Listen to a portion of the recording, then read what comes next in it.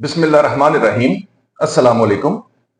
आज हम दो तीन मौजूआत पर बात करेंगे, जिनमें से पहला मौजू ये है कि अभी हाल ही में वजीर आजम पाकिस्तान जनाब मियाँ शहबाज शरीफ साहब ने एक तकरीब से खिताब करते हुए कौम के लिए इस खुशखबरी का ऐलान किया कि बिजली की कीमतों में खातिर खा कमी कर दी गई।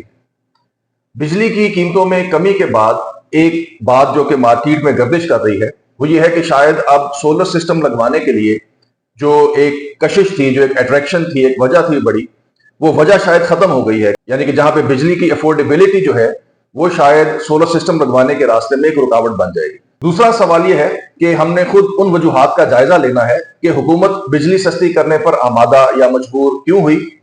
और तीसरी बात वो ये है कि क्या अब भी आम सारिफ के लिए सोलर सिस्टम लगवाने में कोई अट्रैक्शन, कोई कशिश बाकी रह चुकी है। देखिए, जहां तक पहले सवाल का ताल्लुक है कि बिजली के सस्ते हो जाने से सोलर का कारोबार जो है वो खत्म हो जाएगा या कारोबार ठप हो जाएगा, तो उस सिलसिले में आप जान लीजिए कि देखिए, अगर बिजली की कीमत में लगभग कोई 7 रुपए फी यूनिट की कमी भी की गई है, तो उससे पहले अगर बिजली का यूनिट 44 रुपए था और 44-45 रुपए से आपने 7-7.5 रुपए की रियायत दे भी दी, तो ये जो कमी है ये लगभग कोई 17 से 18% बनती है यूनिट की कॉस्ट में।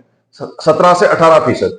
इसके मुकाबले में अगर आप सोलर पैनल्स की कीमतों का जायजा लें, तो आज से 1.5-2 साल कबल सोलर पैनल की कीमत जो है वो तकरीबन 90 रुपए पर वॉट से ऊपर थी, 90 रुपए पर वॉट से।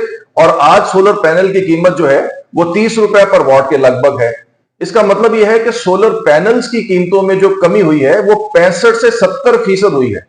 यानी कि सोलर पैनल्स की कीमतों में कमी 65 से 70%, और बिजली के यूनिट में जो कमी दी गई है वो है 17 से 18%।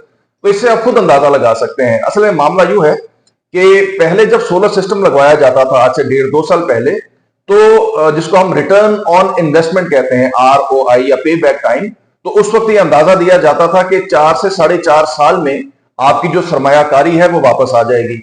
लेकिन जब से सोलर पैनल्स के रेट ड्रॉप हुए, तो यही पे बैक पीरियड जो है ये कम होकर तकरीबन 17-18 महीने का रह गया था। यानी कि 1.5 साल में आपकी रकम वापस आ जाती थी। अब इसका मतलब यह है कि अगर बिजली की कीमतों में कोई 17-18% कमी कर भी दी जाए, तो उसके बाद वही पे बैक पीरियड वो 18 महीने से बढ़कर कोई 22-23-24 महीने हो जाएगा। यानी कि हम 1.5 साल की बजाय हम 2 साल में अपनी रकम वापस वसूल कर लेंगे। तो इस लिहाज से आप देखें कि 2 साल पहले अगर आपका पे बैक टाइम 4.5 साल का था, तो अब वही पे बैक टाइम ज्यादा से ज्यादा 2 साल का है। तो इसका मतलब ये हुआ कि कशिश बरकरार है, यानी कि सोलर सिस्टम लगवाने की कशिश जो है वो बरकरार है। और फिर ये बात आप समझ लीजिए कि ये पे बैक टाइम आपकी ओरिजिनल इन्वेस्टमेंट का होता है, और उसके बाद मजीद जितने साल आप उस सिस्टम को यूज करते हैं वो आपका फ्री ऑफ कॉस्ट होता है। क्योंकि देखिए, सोलर पैनल जो है उनकी वर्किंग लाइफ जो है वो 15 से 20 साल होती है, बल्कि उससे भी ज्यादा होती है। यानी कि एक लाइफ टाइम है। यानी कि सोलर सिस्टम जो है वो आपको प्रोडक्ट वारंटी जो है वो 12 से 15 साल की देता है, और जो सर्विस लाइफ होती है उसकी वो 25 से 30 साल होती है।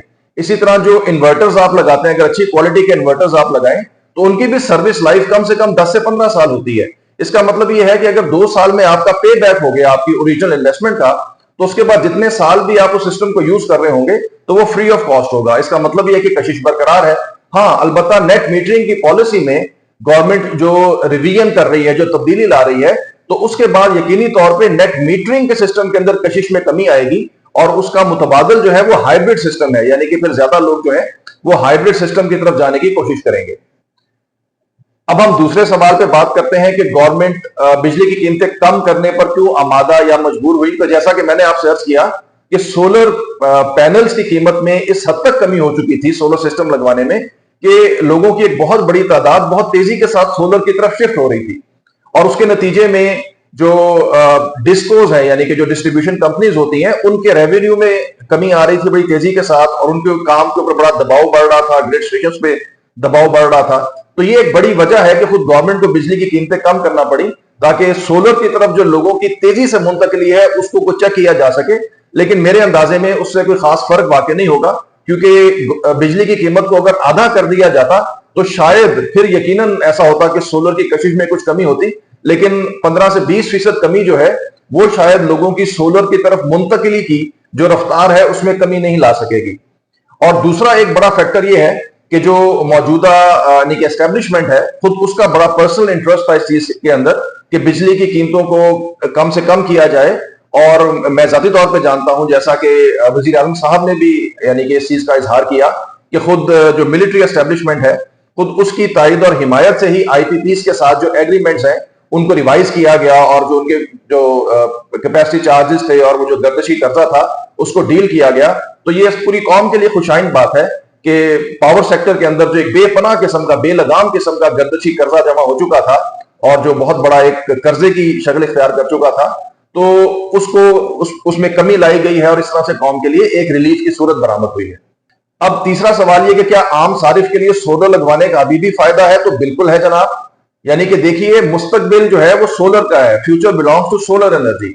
सोलर जो आपको चीप ऑप्शंस देता है पावर की, कोई दूसरा अल्टरनेटिव एनर्जी का सोर्स इतनी चीप ऑप्शंस नहीं देता।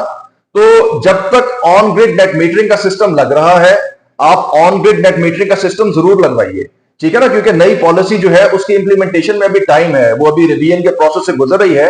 तो जब तक वो रिवाइज होकर इंप्लीमेंट नहीं हो जाती, तो आपको नेट मीटरिंग का सिस्टम जरूर लगवाना चाहिए। जो जो लोग भी अफोर्ड करते हैं वो नेट मीटरिंग का सिस्टम लगवाएं, और उसके बाद फिर अगर नई पॉलिसी आ जाएगी तो फिर हमारे पास हाइब्रिड सिस्टम की ऑप्शन मौजूद है।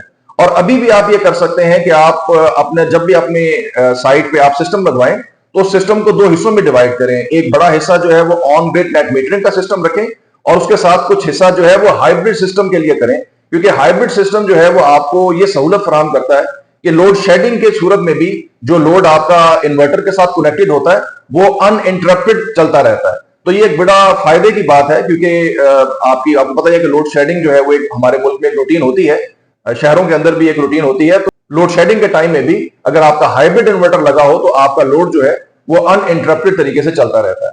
तो इसके साथ ही मुझे इजाजत दीजिए। अल्लाह हाफिज।